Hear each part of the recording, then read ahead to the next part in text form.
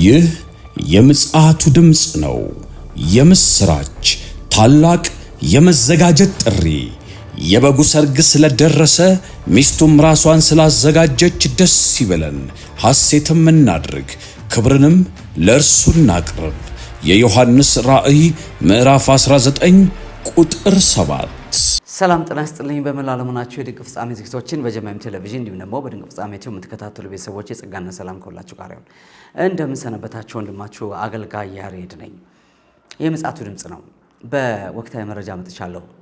የኢራኑ ከፍተኛ መንፈሳዊ መሪ አያቶላ አሊ ካሚኒ መገደላቸው በከፍተኛ ደረጃ እየተዘገበ ነው።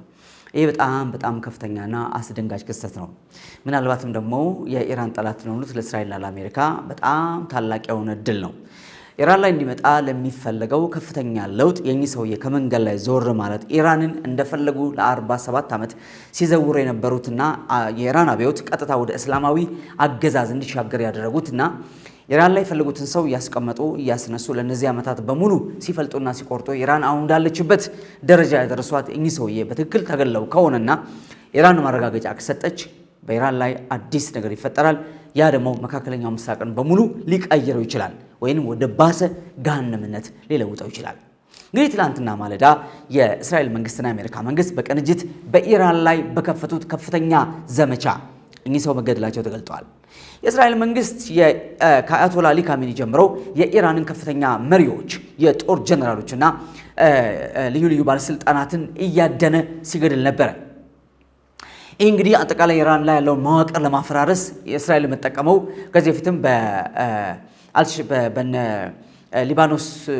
በሊባኖሱ ሂዝቦላ ላይ ያደረገችው መንፈሳዊ መሪውን መግደል ነው።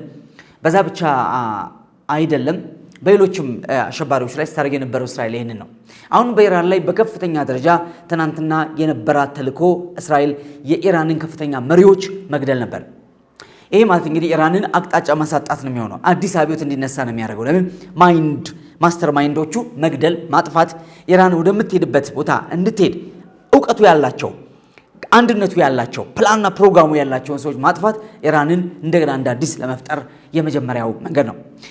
በተቃራኒው አሜሪካ ደግሞ የኢራን የጦር ቤዞች ማለትም የኒውክሌር ማብላያውን ጨምሮ ከፍተኛ የሚሳኤልና የሮኬት የድሮን ማምረቻዎችን ማከማቻዎችን በሙሉ አሜሪካ ስትደበድብ ነበር ማለት ነው። እንግዲህ ኢራን ወደዚህ ነገር እንዳትመጣ በከፍተኛ ደረጃ እድል እየተሰጣት ብዙ ጊዜ በድርድር ጠረጴዛ ላይ ተቀምጣለች። ነገር ግን ኢራን በፍጹም ይሄን ልትቀበለው አልቻለችም። በሌላ አነጋገር ኢራናውያን የደረሱበት አንድ አቋም ምንድነው? ኢራን የኒውክሌር ባለቤት እስካልሆነች ድረስ ማንኛውም ዓለም ሊያከብራት አይችልም። አንድ የኒውክሌር እጃችን ከገባ ግን ዓለም በሙሉ ይፈራናል፣ ይንቀጠቀጥልናል፣ ይገዛላል በሚል ኒውክሌሩን ከመስራት ባለቤት ከመሆን የሚያግደኝ ኃይል የለም በሚል ነው እዚህ አቋም ላይ ኢራን የቆየችው። እንግዲህ ይህ በኢራን በጣም ከፍተኛ ለውጥ አምጥቷል። ይህ ማለት ኢራናን ጎዳና እንዲወጡ ያደረጋቸው ረሃብ ነው፣ የኑሮ ውድነት ነው፣ የኢኮኖሚ ግሽበት፣ በጣም ከፍተኛ ቀውስ ነው ኢራን ውስጥ የተከሰተው። ኢራንን የሚቃወሙ ሰልፎች ከ500 በላይ የኢራን ከተሞች ላይ ሲካሄዱ ነበረ። ዓላማው ምንድነው? የኢራን መንግስት እስራኤልን አጠፋለሁ በሚል ፕሪንሲፕልና መርህ መሰረት ሙሉ የአገሪቷን በጀት በሚባል ደረጃ ለጦር መሳሪያ ማምረቻ ተጠቅሟል። ስለዚህ ኢራን ላይ ከፍተኛ የሆነ ምን አለ? የኢኮኖሚ ውድቀት አለ። ታይቶ የማይታወቅ ደረጃ ሽንኩርትና ድንች፣ ስጋ ሳይቀር በጣም በከፍተኛ ደረጃ ተወዶ ነው ያለው። ህዝቡ መኖር አልቻለም። እና እንግዲህ ኢራናውያንን መከላከል ከሆነ ዓላማው ኢራናውያን ማሳደግና ማበልጸግ ነው ዓላማው። ከውስጥ ሳይሆን ወደ ውጭ ትኩረቱን አድርጎ የኢራን መንግስት በእኚህ ሰው መሪነት እስራኤልና አሜሪካን ለማጥፋት የሚሄድበት ሞት ለእስራኤል ሞት ለአሜሪካ በሚለው ከፍተኛ መርህ ዓለም ላይ ያለውን ፖለቲካ እየዘወረ ነው የቆየው። እንግዲህ ምናልባት ዶናልድ ትራምፕ ላይ የተቀነባበረው እንግዲህ ይሄው የኢራን መንግስት እንዳቀነባበረው ይጠረጠራል። ሌላም ብዙ ነገር አለ። ከዚህ በፊት እስራኤልን በመቃወም በመላው አሜሪካ ሲካሄድ የነበረውን ሰላማዊ ሰልፍ የኢራን መንግስት ስፖንሰር እንደሚያደርገው ጥርጣሬ አለ። እንግዲህ ከዚህ ተነስቶ ዓለም ላይ ያሉ ስፔሻሊ እስራኤልን በተመለከቱ የሚነሱ ቀውሶችን በሙሉ በዋናነት የሚያስተባብረው የኢራን መንግስት ነው ተብሎ ይታመናል። ስለዚህ ይሄ ደግሞ የሆነው ኢራን ከእስራኤል ጋር በድንበርና በኢኮኖሚ በማትገናኝበት ሁኔታ ነገር ግን እስራኤልን ማጥፋት ቀንና ሌሊት ቅዠቷ ስለሆነ ነው። ይሄ ለኢራን የሚጠቅመው ነገር የለም። እዚህ አይነት ውድቀትና እሳት ውስጥ ከማስገባት ውጪ ዞሮ ግን ኢራንን ጥርስ ውስጥ ከተዋታል፣ ከፍተኛ ጥርስ ውስጥ ከተዋታል።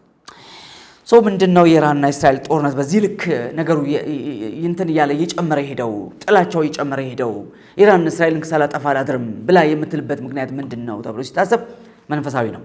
እግዚአብሔር መንግስቱ በምድር ሁሉ ላይ እንድትገዛ ይፈልጋል። በምድር ሁሉ የእግዚአብሔር መንግስት ተገልጣ የምትገዛው ደግሞ በዳዊት ዙፋን ላይ ክርስቶስ ሲቀመጥ ነው። የዳዊት ዙፋን የእስራኤል ዙፋን ነው። ሰይጣን ይሄንን ዘመን ማለትም ሚሊኒየም ኪንግደም የሺህ ዓመት መንግስት እንዲገለጥና ሰይጣን ታስሮ ወደ ጥልቅ እንዲወረወር አይፈልግም። ስለዚህ እስራኤልን ማጥፋት ካለበት አገር ይፈልጋል፣ መሰዊያ ይፈልጋል። መሰዊያው ኢራን ናት። አለቀ። እግዚአብሔር ለአብርሃም የገባውን፣ ለይስሐቅ ለያዕቆብ የገባውን፣ ለዳዊት የገባውን ከዛ ሉቃስ ወንጌል ላይ የምናየው በአባቱ በዳዊት ዙፋን ላይ ይቀመጣል። ለመንግስቱ መጨረሻ የለውም። ያዕቆብን ዘር ይሄ በሙሉ የሚፈጸም ትንቢት ነው። ገና ወገኖች ጌታ ኢየሱስ ይሄን ትንቢት አልፈጸመውም። ገና የሚጠበቅ ትንቢት ነው። በዳዊት ዙፋን ላይ የሚቀመጠው ክርስቶስ ሲመጣ ሰይጣን ዛን ጊዜ በምድር ላይ መቀመጫ የለውም። ሐዋርያ ጳውሎስ ተሰሎንቄ ምዕራፍ 2 ላይ ሲገለጥ በመገለጡ የሚሽረው ካፉ በሚወጣው ሰይፍ የሚያጠፋው እርሱ ሲመጣ ይጠፋል፣ ይሻራል የሚለው ይሄን ሰይጣን አይፈልገው። ይሄ ሚስጥር በሰይጣን ውስጥ አለ። ዳስ ዋይ እስራኤልን ማጥፋት ይሄን እግዚአብሔር ፕላንና ፕሮግራም ማቋረጥ ነው በሚል ጠላት በዚህ ልክ እስራኤል ላይ ተነስቶ ነው ያለው። እንግዲህ እስራኤል ላይ ያለው አመለካከት መንፈሳዊ ነው፣ ፖለቲካዊ አይደለም፣ ስፒሪቹዋል ነው። እግዚአብሔር ያን ህዝብ ምንም ይሁን ቢያምን ባያምን እግዚአብሔር ከዛ ህዝብ ጋር ያለው ኪዳን የሚቀጥል ነው። በጣም ጥሩ ቢሆን ባይሆን እግዚአብሔር ኪዳኑን የሚያስከብር ነው።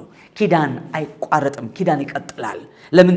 እግዚአብሔር በእስራኤል በኩል የገባው ያ ኪዳን ለምድር በሙሉ ታድሶ የሚያመጣ ኪዳን ስለሆነ ማለት ነውና የኢራን መንግስት እንግዲህ በዚህ ደረጃ ያንን ነገር ለማቋረጥ መንፈሳዊ ዓለም ላይ ባለው ጦርነት መሳሪያ ነው፣ መገለጫ ነው እንጂ ምንም ከእስራኤል ጋር የሚያገናኛቸው ነገር የለም። ዞሮ ይሄ በጣም ከባድ ጊዜ ለኢራናውያን እንዲሁም አጠቃላይ ለመካከለኛው ምስራቅ ነው ማለት ነው። የኢራን መንግስት ይሄን ጥቃት ተከትሎ በ7 የሚጠጉ ሀገሮች ላይ እስራኤልን ጨምሮ ወዲያውኑ አጸፋዊ ምላሽ መልሷል። የሚሳኤል ጥቃቶችን የአሜሪካ ቤዝ ያለባቸው የመካከለኛው ምስራቅ የአረብ ሀገራትን በሙሉ ሲደበድብ ነበረ እንጂ ዝም ብሎ አልተቀመጠም፣ ቀጠሮ አልሰጠም። በዚህ ቀን ጠብቁኝ አላለም። ወዲያውኑ ነው አጸፋዊ ምላሽ የሰጡት። እስራኤል ሳይረኖች ሲጮሁ ነበር። ሌሎችም ሀገሮች ላይ እንደዚሁ ሳይረኖች ሲጮሁ ነበረ ማለት ነው። ያ የሆነበት ምክንያት ምንድነው? በከፍተኛ ደረጃ የኢራን ጥቃት ስለተቀጣጠለና ስለቀጠለ ነው ማለት ነው። ስለዚህ እንግዲህ ቀጥሎ የሚሆነው ነገር ምንድነው? አብረን የምንመለከተው ነው የሚሆነው። በቀጣይ ሊሆን የሚችለውን ነገር እየተከታተልኩኝ ዘግብላችኋለሁ። አብረን የምንመለከተው ነው የሚሆነው። ነገሩ ግን ከምናስበው በላይ ታላቅ የሆነ ለውጥ አጠቃላይ እንግዲህ ይሄ ለውጥ ማለት ኢራን ላይ ብቻ የሚቆም ለውጥ አይደለም። አጠቃላይ መካከለኛው ምስራቅ ላይ ለውጥ ሊያመጣ የሚችል ነገር ነው እንጂ አንድ ከተማ ላይ አንድ ቦታ ላይ የሚቆም አይደለምና በቀጣይ ሊሆኑ የሚችሉ ነገሮች ምንድናቸው የሚለው በእውነት መገመት በኢራን የመንግስት ለውጥ፣ የርዕዮተ ዓለም ለውጥ፣ ምናልባት አሁን ካለው ከአያቶላው አስተዳደር የባሰ እጅግ በጣም ከባድ የሆነ አስተዳደር፣ ዲሞክራሲያዊ አስተዳደር ምን ይመጣል? ይሄ መካከለኛው ምስራቅ ላይ ምን ያመጣል? ከእስራኤል፣ ከአሜሪካ፣ ከአውሮፓ፣ ከሌሎችም ሀገሮች ጋር አብረን የምናየው ነው። ግን ያለነው የመጨረሻው ዘመን ላይ ነው። ኢየሱስ ሊመጣ በደጅ ነው። ይሄ መንፈሳዊ ነው፣ ስጋዊ አይደለም። ምድር ላይ የተገለጠ የመንፈሳዊው ዓለም ዘመን ያመጣው ትንቢት የወለደው ነጸብራቅ ነው። አብረን እናያለን። ጸጋና ሰላም ከሁላችሁ ጋር ይሁን። ኢየሱስ ይመጣል። ማራናታ። ኢየሱስ እንደተናገረው በቶሎ ይመጣል። መሳያ ፎር ኦል ኢንተርናሽናል ሚኒስትሪ